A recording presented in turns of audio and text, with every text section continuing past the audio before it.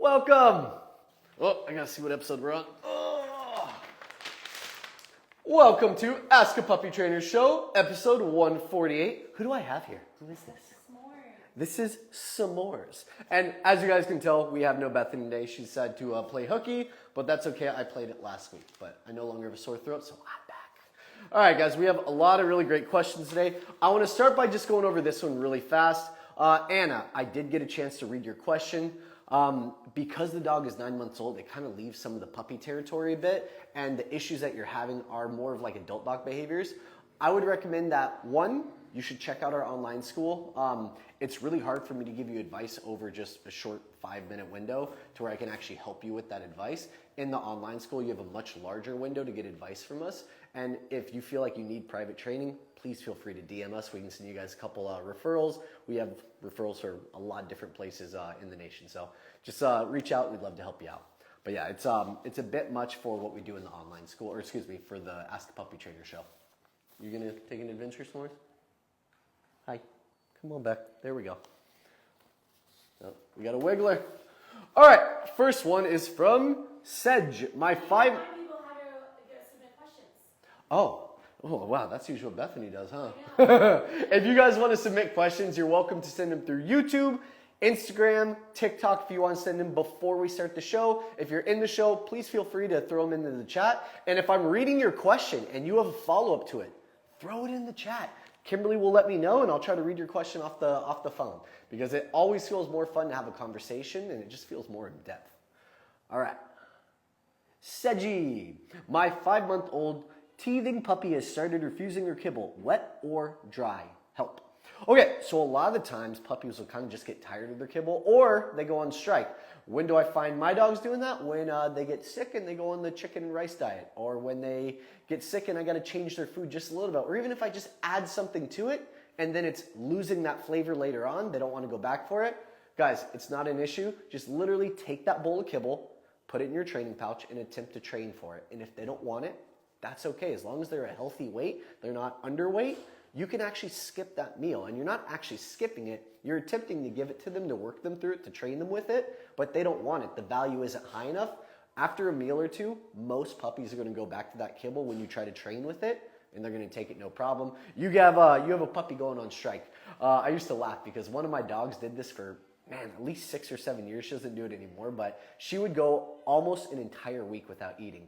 And I mean, I'd give her different stuff until I realized that was probably what was causing it. But she would go a whole week. She wouldn't eat. And then on the 5th or 6th day, she would eat all of her food and she'd just keep on going. So some dogs like to go on strike. If they do, it's not a big deal. Just make sure you're still providing the opportunity to get the food. And if you're not seeing enough value, start training them with it. You can up your value that way. Is it have to do with this question, Kimberly? No? Okay. Thank you. Will you give me a point for whichever phone it is if it has to do with the question? Oh. Yes, please. Thank you. I don't have Bethany to filter it out, and my filter doesn't work that well. Well, you told people to leave comments? No, I want them to. I want them to. If I'm reading the question, then let me know. Okay. Glizzeray. 5-month-old. Okay, there's multiple parts to this one. My 5-month-old puppy, who is a 5-month-old Shih Tzu, has been trained to go on pee pads. How do I transition her to go outside? I tried moving the pee pad further, but she still looks for the pads on the previous place. Just pop a leash on them. Put a leash on them when they're coming out of the crate. Walk them over to it. If you're using the crate, awesome. We are crate people, so we're crate trainers. So we definitely would say crate makes it a little bit easier so she can hold her bladder inside. You take her out of the crate, you leash her up, you carry or walk her over if she has a strong enough bladder to not have an accident. You'll just take her to the pad, put her on it, and you can even just literally hold your arm above her, holding the leash. That's her, holding the leash right here. Not tension. Full slack. She tries to go, oh, hi, oh, thank you. She's cute. Oh. When she tries to go off the pad, just kind of guide her back to the pad. Same thing, no matter what direction. And if you were just having a blast over here. And if she's really struggling to stay on the pad, this is something we do here at Puppy Academy, because we have 34 other dogs, and we need dogs to go potty when we put them in there, is we'll put a playpen around the pad, but we actually take 3 pads. I'm not sure if you can see my papers, but imagine I have one here, and another one here. So I triple layer them. Okay. I triple layer them, and then I put the playpen over that. So it actually corrals them on top of the playpen. And if they are prone to missing the pad, they won't be able to as easily as long as you have the 3 pads and then the playpen around it. That'd be my first goal. And then one day, if you want to transition to full outside, and I think that's what the question's about. Yeah, how do we get them transition fully outside? Honestly, just get rid of your puppy pads, put them in the crate, hour and a half. Based on their age, 5 months, you can probably do about 2 hours in there. And then bring them out on leash, carry them if you need to, and just take them outside. If you want to do the transition of pads, moving them closer and closer to the door, you can. But honestly, I'd say most trainers are just going to tell you, take the dog, put them on leash, walk them outside, put them on the grass, and I'll literally stand them in one area where I stand in the middle. I give them the length of leash, they can go left, right, forward, back flip, wherever they want to go, but I don't follow them. I'm not actually tracking them across the yard. Every new space you go to is a new potty opportunity and a new smell opportunity. Most dogs, are you getting done with me, s'mores? Here, hang out for a bit. Most dogs, when you take them out to an area, if you walk multiple spaces, they're going to start smelling anew in every new area you go to. So stick to one spot, wait 2 to 3 minutes. 5 minutes if it's the first couple times of doing it. And if they don't go potty within that time, oh, we had a runner. If they don't go potty within that time, take them back upstairs, put them in the crate for 5-10 minutes. Take them back outside after that, same setup as before, same area as before, and just rinse and repeat that until you can get them to go potty. Some dogs are a little bit harder. I'm going to unpack this because I know there's probably people saying, oh, I've done that. We followed your advice and it doesn't work. That's because some dogs are really, really motivated to go on the pad that they've learned. We actually have a student currently in our school now that still struggles with this, even a month and a half into the program. It's really, really difficult when they're really heavily potty pad trained. What they're having to do is go outside for a potty, dog doesn't go. They come inside and train and then walk for 15 minutes and 10 minutes respectfully, and then they take them back outside to go potty, and that's kind of helped, and that's unlocked their puppy to start going potty outside. That would be my recommendation if you're still struggling with taking them outside and rinsing, repeating that. Oh, ooh, I like this one. This is from Han. How do I teach my puppy no? That is a great question. So you know what I see a lot of? No, don't do that. But what teaches the no? So I want you guys to think about what no means. And why do dogs listen to it? Because they don't understand English. They don't understand the body. They might understand the body language, but not the word itself. It's the leverage you give. It's the consequence you add. Whenever we teach no here at Puppy Academy, we give a no, and then we follow it up with something. So let's just say that, you know what, this is going to be a great example. I have my puppy sitting on the edge. You guys can kind of see it. She wants to jump off, but I want her to stay up. When she attempts to get off, no. I put that hand in front, said no, and then I pushed in slightly. It's not a hard one. It's not a hit. It's literally just no, small pressure back. And she looked at me and was like, what do you want? But I'm not done. Oh, you got a scratch? You're supposed to wait for after I show everyone what you're supposed to do. All right, we'll come back to her in a second. But basically, you give the no, you add the consequence. It doesn't have to be a firm or mean consequence. It just has to be something to make them rethink that decision. But then you have to redirect them to the thing that you want.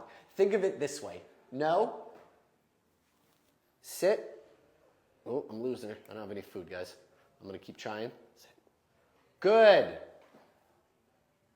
And then I lost her again. But you get the vibe. It's verbal no, body block or whatever you're going to add as your correction in the moment, redirection to sit, follow up with a verbal good. I think honestly for me, my good was too exciting. She's still so new to the program. I think she's on day like 4 or 5. She's very, very new. She's brand new, right, Kimberly? Yeah, so she probably has barely even learned her sit. Okay, she's done. Thank you. When she tries to get off that much, she's done. Perfect. But you don't just want to tell them no. You want to teach them right from wrong. It's like you're teaching a little kid, a 2-year-old, who's walking up and doing something wrong, and you tell them no, but they don't understand why. The correction tells them they did something wrong. The redirection tells them what to do instead, and the good keeps them on that track, keeps them on the path of doing good. So you always want to make sure they understand what they did wrong and what you want instead, and then you can begin rewarding the thing you actually wanted. All right, we're going to get to a long one. You know me, guys. I procrastinate on the long ones because I don't paraphrase. That's what Bethany's good for. All right, this is from Pain in the Now Gas. Okay, I'm sure that's supposed to be more cleverly said than that, but that's what you guys get. Hi, I got a Frenchie on Thursday and she's about 1.5 years old. I've been trying to potty train her, but she won't use the restroom. She eats but doesn't drink much water. I'm sure there's an adjustment period with the new environment, but it's making me concerned for her. I take her out frequently for up to 30 minutes at a time and she doesn't want to do anything but sit next to me. I'm not sure what to do. All right, couple things. So one, pain. Have you gotten her on a structure schedule? If you're getting an older dog who's really struggling with potty, there's probably other things she's struggling with as well. I would recommend that you PM us, or not PM, DM, whichever one it is. Actually, I even think it's on our Instagram and our TikTok, like little link below in our description. Free masterclass in our bio. Thank God. Okay. Take the free masterclass in our bio. It goes over all the structure schedule. It goes over the potty train, goes over everything. And it's actually going to help you build a schedule for your dog. How we usually break it down, and I'm not going to go over the outside part too much because I just went over that for our last person, but it basically means that when a dog is in the crate, we bring them out of the crate, we leash and harness them up, we make sure they can wait at the door when we open it, because a dog who's bolting out the door is already setting the precedent of having high overstimulated energy. You're setting the tone of the next 45 minutes of your free time the second they come out of the crate. Once they wait at the threshold of the crate door, I can open it and they're not trying to come out. I put on my gear, leash harness, whatever you're using. Always keep them on leash in the house too, especially if you guys are just starting your training. Walk them out of the crate. Take them outside. Have them sit at the threshold before leaving your home. And then walk them up to the potty area and do everything I mentioned before. Get the sit, release them, 2 to 3 minutes, doesn't go, back in the crate, back outside, repeat, rinse and repeat until they eventually go potty. But then when you bring them inside the house, you still have your 3 parts of free time. Walk and play, training, supervise, separation. So there's always something for them to be doing when they're out of the crate, especially when they're brand new to your household and they're still training. A dog that doesn't have a task is a dog that makes one. The tasks that they make are not usually the ones you want for them. It usually includes chewing your baseboards. So give them something to do, they won't make something themselves. You want to answer a question that came in? Yeah, please. Sorry guys, I didn't turn on my phone. Bethany usually does that too. I depend on Bethany for a lot. We had a couple come in. You skipped them. Oh, there's a lot. Okay, you're taking a long time, Kimberly. There we go. Can you help? I have a 6-month-old XL pup in the UK who won't walk on lead or harness, just freezes. I love it. UK, so you guys can't use prongs, you can't use any training tools. It just means usually harness or a martingale usually. So I'm only setting the tone. So people, if they're saying, oh, why don't you use a training tool or something? And there are probably a lot of great trainers that would help you introduce one, but UK, you can't use those. You have to build up more food drive. So it probably means that you're not actually ready to walk outside. I would probably keep most of your walks to indoors, up and down your hallway, living room, circling your living room, backyard, walkway along the side of your house, even the sidewalk right in front of your house. But you got to go back to more of the basics. I would focus on teaching come, sit, down, stay, place, which is teaching the dog to go to a designated area on command and stay there until we release them.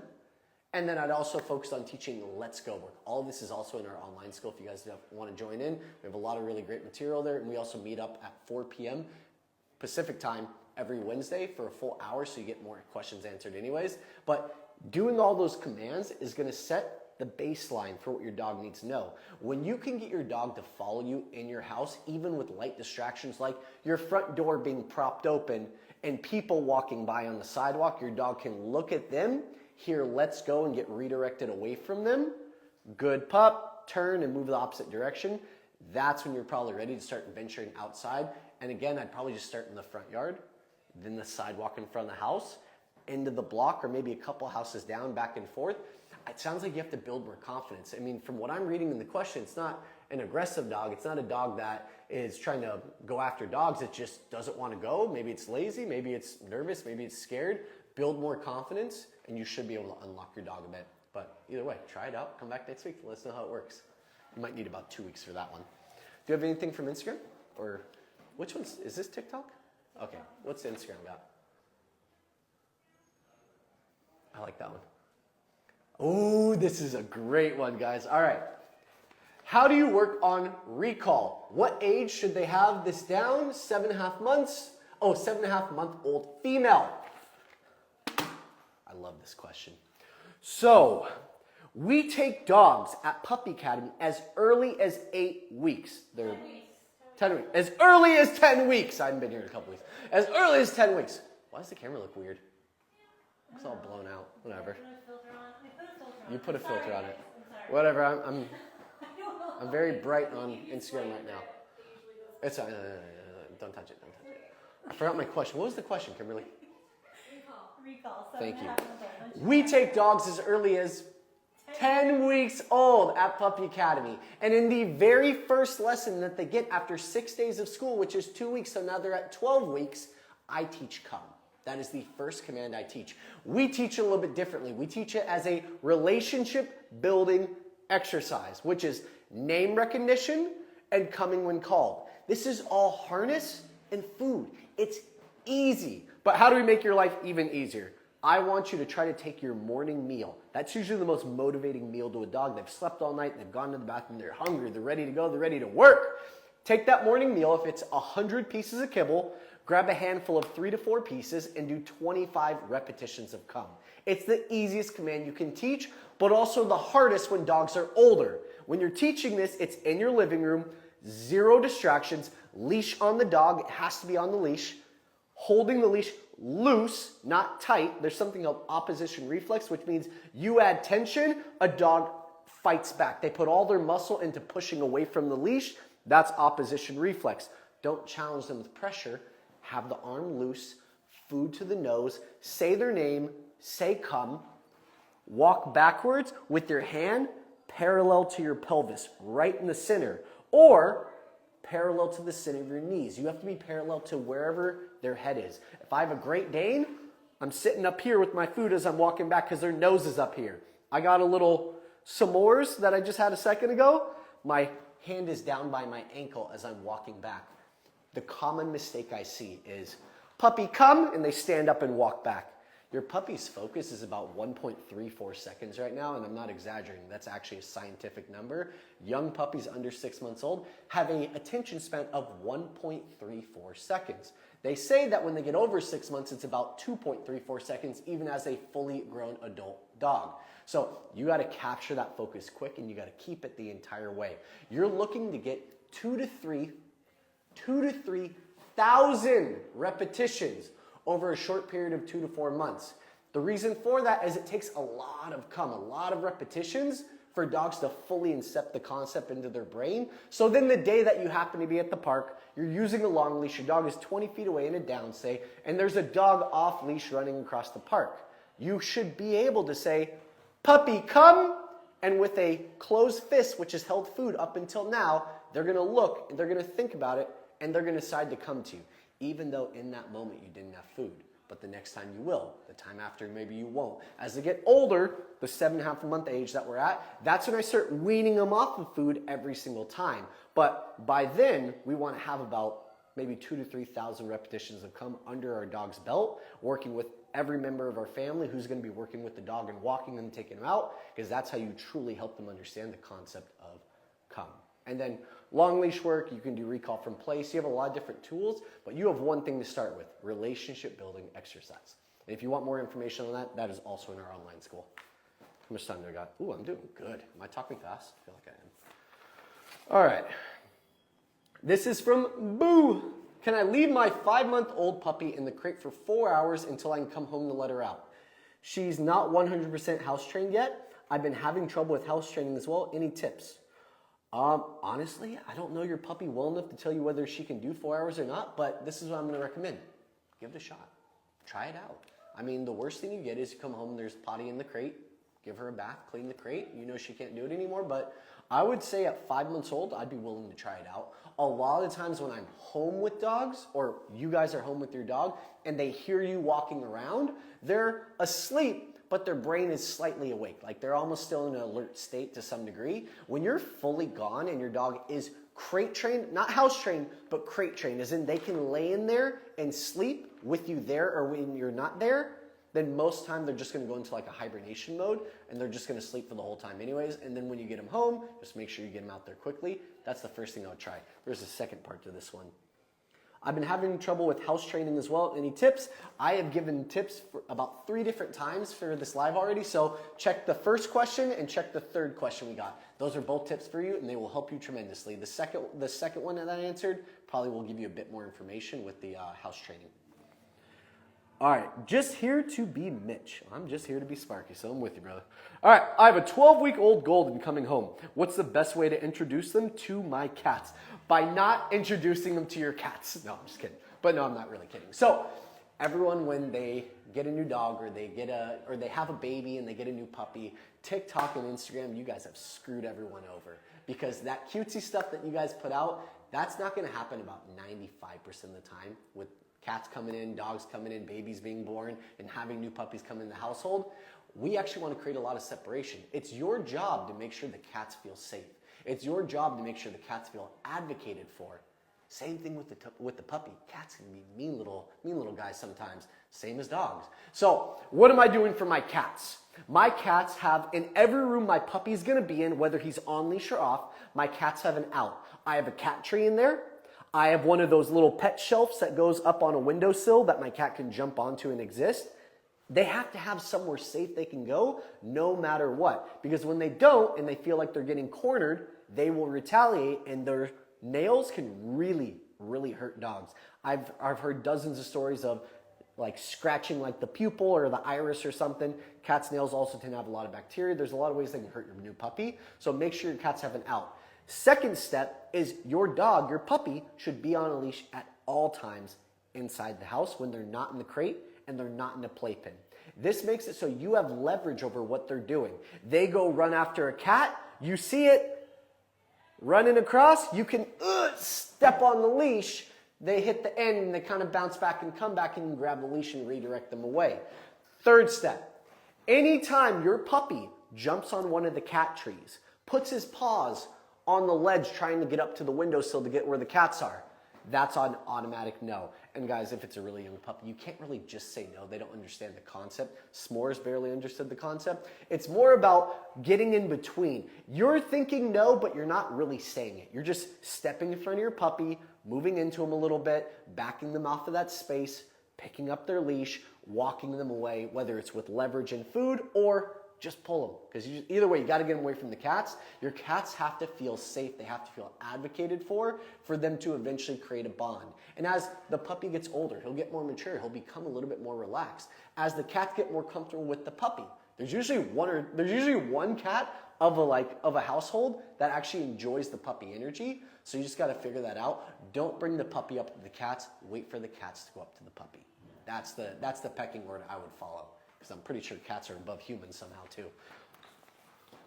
All right. Ooh, this is a good one. Han, how do I effectively calm down my 9-week-old Spoodle puppy? What the heck is a Spoodle? Spaniard poodle? I'm going to go with Spaniard poodle. Because, Spaniards, they can be real. Yeah. English Cocker Spaniel and Toy Poodle. English Cocker Spaniel and Toy Poodle. Oh, so a little guy. Okay, I was assuming like 25, 30 pounds like a Spaniel would be. Okay, I don't know the temperament well enough, but if you have a 9-week-old puppy, you're not actually effectively calming him down. You're just utilizing the energy in a different way. All right, this is one of my favorite references. I want you to take your fist and pretend this is an atom. And when it doesn't have a channel, it's constantly moving and it's looking for channels to go into. When it doesn't have a channel, it splits and you get the atom bomb. This is your puppy 24/7 when they're not asleep and they're not actively doing something heavy energy, like pulling heavy energy out of them. They're just bombing every time. But what happens when I give good channels for that? Come, place, sit, down, drop it, leave it, heel, fetch, place, place duration, place pattern. That energy starts having channels to go down.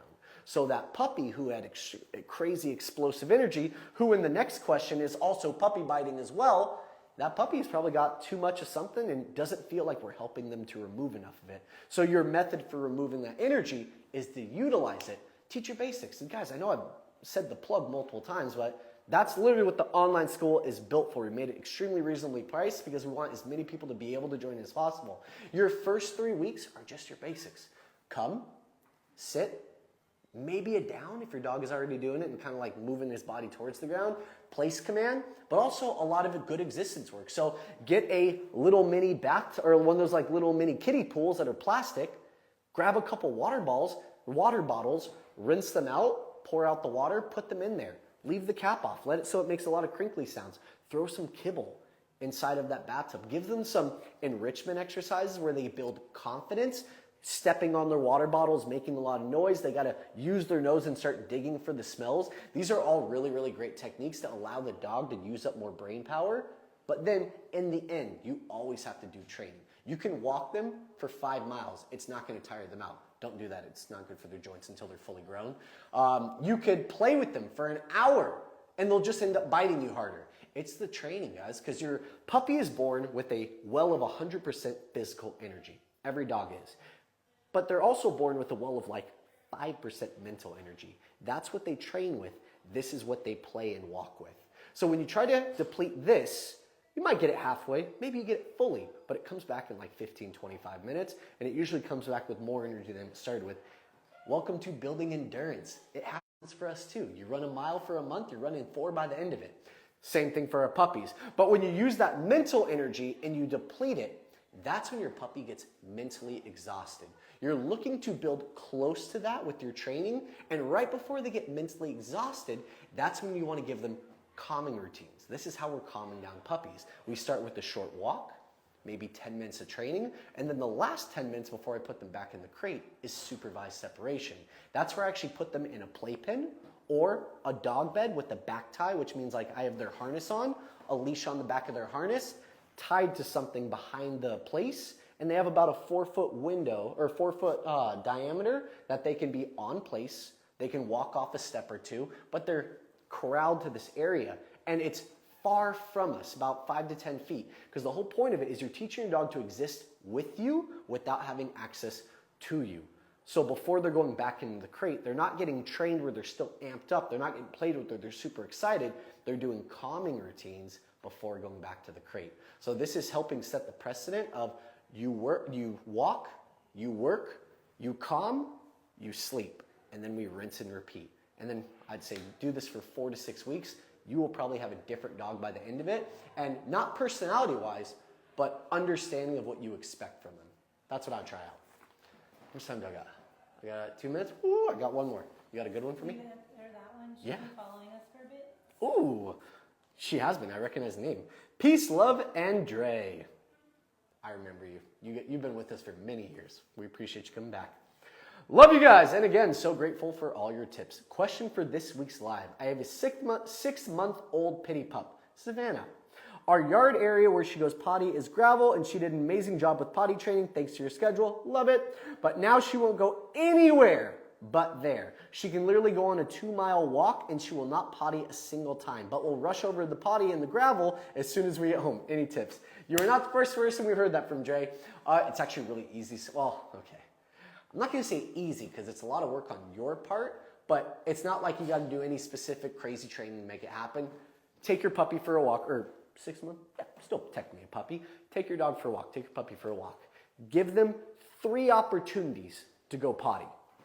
Walk out your front door, don't use any part of your property. Go to like the public leeway part, which is like between the sidewalk and the street, that grass patch, if you even have one. Go to that one first. Have your dog sit, stay, pause. Break, release to go potty.